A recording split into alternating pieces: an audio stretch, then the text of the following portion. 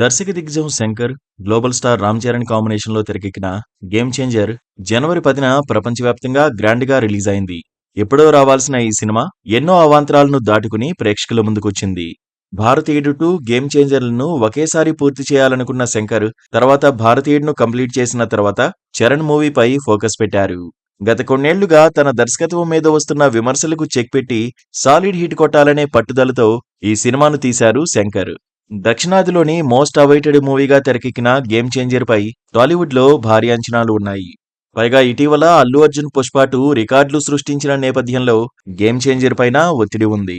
Pushpa 2 first day భారీ openings ను రాబట్టడంతో game changer ఎన్ని కోట్లు సాధిస్తున్నానని ఉత్కంఠ నెలకొంది. ఇక ఈ మూవీలో రామ్ చరణ్ సరసన కియారా అద్వానీ హీరోయిన్ గా నటించగా అంజలి, ఎస్.జె. సూర్య, శ్రీకాంత్, సునీల్ ఇతర ముఖ్య పాత్రలు పోషించారు. శ్రీ వెంకటేశ్వర క్రియేషన్స్ బ్యానర్ పై దాదాపు 450 కోట్ల రూపాయల భారీ బడ్జెట్ తో గేమ్ చేంజర్ నిర్మించారు. శంకర్ సినిమాలు భారీ విజువల్ ఎఫెక్ట్స్ తో గ్రాండియర్ గా ఉంటాయి. తన హై స్టాండర్డ్ సినిమాలతో దక్షిణ భారత సినిమాను అంతర్జాతీయ స్థాయికి తీసుకువెళ్లారు. అన్నింటిలోకి ప్రత్యేకంగా చెప్పుకోవాల్సింది శంకర్ సినిమాలోని పాటల గురించి. ఆయన సినిమాల్లో మెజారిటీ ఖర్చు పాటల కోసమే పెడతారు. సాహిత్యం, సంగీతంతో పాటు చిత్రీకరణలోనూ ఎన్నో జాగ్రత్తలు తీసుకుంటారు శంకర్. అందుకే వాటికి అంతటి లుక్ ఉంటుంది. గేమ్ చేంజర్లోనూ పాటలకు ఇంపార్టెన్స్ ఇచ్చారు శంకర్. ఈ సినిమా బడ్జెట్ 450 కోట్ల పైమాటే. అలాంటిది ఇందులో 75 కోట్ల రూపాయలను పాటలపైన ఖర్చు చేసినట్లు టాలీవుడ్ టాక్. ఇక అన్నింట్లోకి నానా హైరానా సాంగ్ ఎవర్ గ్రీన్ గా నిలిచింది. భారతీయ చిత్ర పరిశ్రమలో తొలిసారి ఇన్ఫ్రారెడ్ కెమెరాతో చిత్రీకరించిన సాంగ్ గా నానా హైరానా నిలిచింది.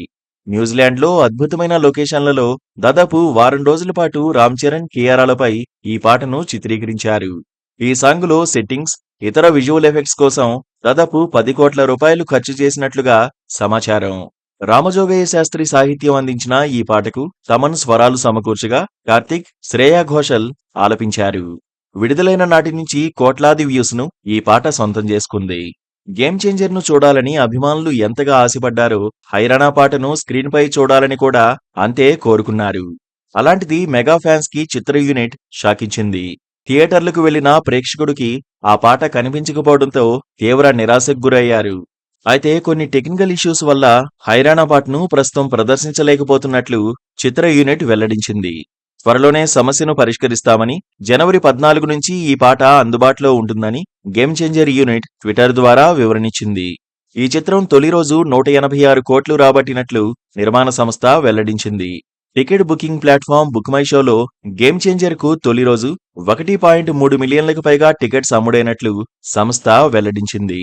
Please do subscribe to Please do subscribe to Please do subscribe to Please do subscribe to Please do subscribe to Please do subscribe to KTV Telugu.